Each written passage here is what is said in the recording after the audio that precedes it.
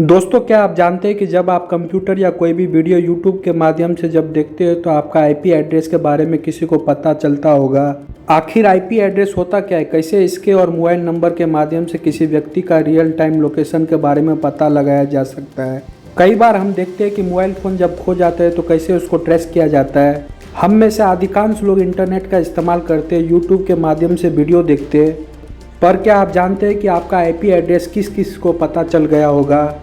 कैसे पता लगाए कि आईपी एड्रेस क्या होता है, कैसे इसके जरिए लोकेशन के बारे में पता लगाया जा सकता है, क्या मोबाइल से भी लोकेशन का पता लगाया जा सकता है इत्यादि। जब आप कोई कार या बाइक खरीदते हैं तो आपको एक नंबर दिया जाता है जो कि नंबर प्लेट पर लिखा होता है। यदि कोई व्यक्ति किसी भी वाहन से कुछ गलत काम करता है, जैसे एक्सीडेंट करना इत्यादि, तो इस नंबर के जरिए उस वाहन के मालिक तक पहुंचा जा सकता है। इस प्रकार जब मोबाइल फ़ोन खरीदते और आईडी प्रूफ देते हो तो भी एक नंबर दिया जाता है।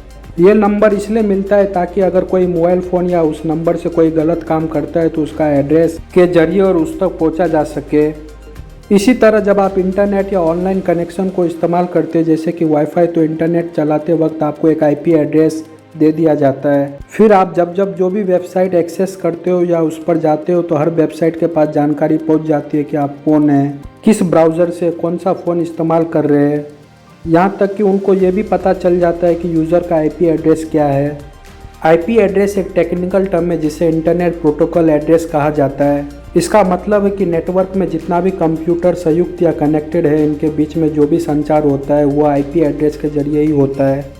कोई नहीं जानता है कि आपके कंप्यूटर या मोबाइल फ़ोन का क्या नाम है, परंतु आईपी एड्रेस पता होता है।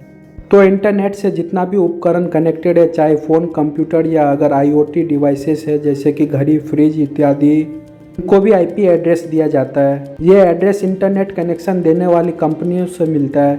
मान लीजिए आपका जियो, एयरटेल, वोडाफोन या कोई भी कनेक्शन है तो यह लोग आपको एक आईपी एड्रेस देते हैं। आपको बता दें कि यह आईपी एड्रेस इन कंपनियों को आईना एजेंसी द्वारा प्रदान किया जाता है। आईना एक इंटरनेट असाइनेड नंबर अथॉरिटी है। यह पूरी दुनिया में सबको आईपी एड्रेस प्रदान करती है। यही सब देखती है कि इसका कौन सा आईपी एड्रेस दिया जाए। अगर आप आईना के वेब पेज पर जाएंगे तो आपको नंबर रिसोर्स में आईपी एड्रेस और एएस नंबर दिखेगा। इस पर आप क्लिक करेंगे तो आप देखेंगे कि इससे पूरी दुनिया के क्षेत्र के हिसाब से बांटा हुआ है, जैसे एशिया, अफ्रीका, यूरोप इत्यादि। यह आप सब जानते हैं कि एशिया में भारत भी आ जाता है। आईना ने एपनिक करके बनाया हुआ है, यानी जितना भी इंटरनेट देने वाला कंपनियां भारत में है, चाहे जियो, वोडाफोन, एयरटेल, आइडिया इत्यादि, का आईपी एड्रेस यही प्रदान करती है। एपनिक का मतलब regional internet registry administrating IP address for the Asia Pacific है। अब मान लीजिए इन कंपनियों को बंच में 1 करोड़ आईपी मिल गई है तो ये कंपनियां आईपी को अलग अलग लोगों में वितरित करेगी। इसके लिए गूगल पर जाकर लिखे व्हाट इज़ माई आईपी तो आपको आईपी पता चल जाएगा, यानी यह आईपी आपको असाइन की हुई है और किसी को नहीं दी गई है। अगर आप कोई भी काम करते हो तो आपको ट्रैक किया जा सकता है कि किस वेबसाइट पर आपने कब विजिट किया है। एपनिक के पास रिकॉर्ड होता है कि उसने किसको यह आईपी एड्रेस दिया है। एपनिक के पेज पर जाएंगे तो देखेंगे कौन है वेबसाइट पर। इस पर क्लिक करने पर आप जब किसी का आईपी एड्रेस डालेंगे तो यह बता देंगे कि यह एड्रेस किसको दिया गया था, उस जगह का नाम और किस कंपनी को दिया गया है।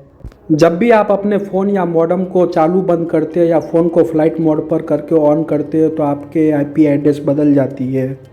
आपको बता दें कि भारत में लोगों को डायनेमिक आईपी मिलती है, यानी वो आईपी जो बदलती रहती है। स्टैटिक आईपी वो होती है जो बदलती नहीं है, यानी यूज़र इंटरनेट इस्तेमाल कर रहा है या नहीं, आईपी एड्रेस उसकी नहीं बदलती है। आईना से आईपी पैसे से खरीदी जाती है। मान लीजिए वोडाफोन के पास 200 आईपी एड्रेस है, परंतु उसको 300 लोगों को आईपी एड्रेस देना है, तो वोडाफोन को पता है कि ये 300 लोग एक साथ एक समय पर इंटरनेट का इस्तेमाल नहीं करेंगे, तो यह कंपनी अपना आईपी एड्रेस बचा लेती है। जब यूज़र इंटरनेट से कनेक्टेड नहीं रहता है तब एक यूज़र की आईपी एड्रेस दूसरे यूज़र को दे दी जाती है। फिर जब कोई दूसरा यूज़र इंटरनेट ऑन करता है या इस्तेमाल करता है तो उसको एक नई आईपी एड्रेस दे दिया जाता है। इन सब में एक दिक्कत आ सकती है, अगर सब लोग एक इंटरनेट से कनेक्ट हो जाएंगे तो कैसे आईपी एड्रेस दिया जाएगा। ऐसे में सर्वर डाउन हो जाता है, मेंटेनेंस होने लगती है या फिर कुछ समय के लिए इंटरनेट कनेक्शन को बंद कर दिया जाता है। इससे क्या होगा कि कुछ यूज़र वापस चले जाएंगे और फिर आईपी लोगों को मिलने लगती है। आईना की मदद से पता लगाया जा सकता है कि वह व्यक्ति कहाँ रहता है, किस देश में रहता है, सिटी कौन सी है, परंतु आसानी से उसके रियल टाइम का पता नहीं लगाया जा सकता है, क्योंकि आईपी एड्रेस तो किसी भी यूज़र को मिल जाती है। आईपी किसी भी कंपनी, चाहे एयरटेल हो या वोडाफोन इत्यादि को मिलती है, तो उस कंपनी के पास इस आईपी एड्रेस का डेटा भी होता है, जिससे वो मेंटेन करती है कि किस टाइम से किस टाइम तक यूज़र ने इंटरनेट का इस्तेमाल किया है। साथ ही उसका नाम क्या है, जो कि आधार कार्ड या वोटर आईडी के जरिए सिम देते वक्त लिया जाता है। इससे सिम का नंबर उस व्यक्ति के घर का पता चल जाता है, परंतु यह सबको नहीं दिया जाता है। इसके लिए कोर्ट से ऑर्डर आता है या आईएसपी का हस्तक्षेप होता है, तभी यह सब बताया जा सकता है। यह किसी वेबसाइट या किसी इंसान के हाथ में नहीं है कि आईपी के जरिए रियल टाइम लोकेशन बता दी जाए। आईएसपी अपने लेवल पर डेटा को मेंटेन करती है कि इस डेटा पर इस टाइम पर कोई यूज़र ने इंटरनेट इस्तेमाल किया था। आईएसपी इन सब डेटा को प्राइवेट रखती है। इस प्रकार मोबाइल फ़ोन से इंटरनेट इस्तेमाल करने पर उसके आईपी एड्रेस की मदद से ज़रूरत पड़ने पर व्यक्ति के रियल टाइम लोकेशन के बारे में पता लगाया जा सकता है। अगर ये वीडियो आपको अच्छा लगा हो तो वीडियो को लाइक कीजिए, शेयर कीजिए और चैनल को सब्सक्राइब कीजिए। मिलते हैं नेक्स्ट वीडियो में।